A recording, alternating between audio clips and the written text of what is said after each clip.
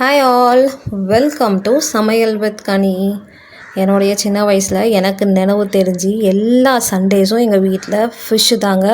அதுவும் நாங்கள் கெண்டை மீன் மட்டும்தான் எடுப்போம். எங்கள் அம்மாவோட ஃபிஷ் குழம்பும் ஃபிஷ் ஃப்ரையும் எங்களோட ஆல் டைம் ஃபேவரெட்டுங்க.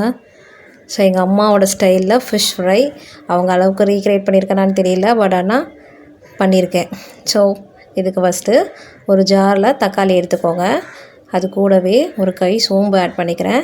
தக்காளி உங்கள் மீன் எவ்வளோ நீங்கள் எடுக்கிறீங்களோ அதுக்கேற்ற மாதிரி எடுத்துக்கோங்க. நான் இங்கே 3 தக்காளி எடுத்துருக்கேன். எனக்கு மீன் கொஞ்சம் ஜாஸ்தி தான். ஸோ அது கூடவே ஒரு ஸ்பூன் சோம்பு, ஒரு ஸ்பூன் மஞ்சள்தூள், 3 ஸ்பூன் வீட்டில் அரைச்சா குழம்பு மிளகாய் தூள். இதுலேயே நான் எல்லாத்தையும் சேர்த்து அரைச்சிருக்கேன். ஸோ மிளகு, ஜீரகம், வெந்தயம், சோம்பு எல்லாம் சேர்த்து அரைச்சிருக்கிறதுனால நான் தனித்தனியாக எதையும் ஆட் பண்ணலை. இது கூடவே ஒரு ஸ்பூன் வெறும் மிளகாத்தூள் ஆட் பண்ணியிருக்கேன். மீன் ஃப்ரைனாலே கொஞ்சம் சுள்ளுன்னு இருந்தால் தானேங்க நல்லாயிருக்கும். ஸோ காரம் கொஞ்சம் கூட போட்டிருக்கேன். இது எல்லாத்தையுமே நான் எடுத்து வச்சுருக்கேன் மீன் துண்டுகள் மேலே பெசரி இதை ஒரு அரை மணி நேரத்துலேருந்து 1 மணி நேரம் ஓரமாக ஊற வச்சுருங்க. இப்போ வேறு ஒரு தவாவை அடுப்பில் வச்சு எண்ணெய் ஊற்று நம்ம எடுத்து வச்சுருக்க மீன் துண்டுகளை ஒன்றா பொறுமையாக இது கூட சேர்த்துக்கோங்க. 2 சைடும் நல்லா ப்ரௌனாக வர வரைக்கும் இதை பொறுமையாக வேக வச்சுக்கலாம். ஸோ எல்லாத்தையும் வச்சாச்சு.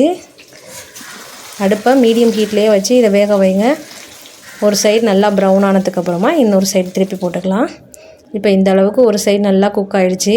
இதை பொறுமையாக ஜென்டலாக திருப்பி போடுங்க. மீன் துண்டுகள் எதுவும் உடையாத அளவுக்கு பொறுமையாக இதை திருப்பி போட்டுக்கலாம்.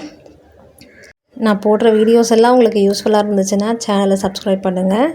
ஸோ இது ஒரு சைடு நல்லா வெந்துருச்சு, இன்னொரு சைடும் சூப்பராக வெந்துருச்சு.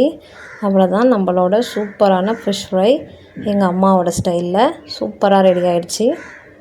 நீங்களும் இதே மாதிரி வீட்டில் செஞ்சு பார்த்துட்டு எப்படி வந்துச்சுன்னு கமெண்ட் பண்ணுங்கள். உங்களுக்கு இந்த வீடியோ பிடிச்சிருந்துச்சுன்னா சமையல் வித் கனி சேனலை சப்ஸ்கிரைப் பண்ணுங்கள். Happy cooking.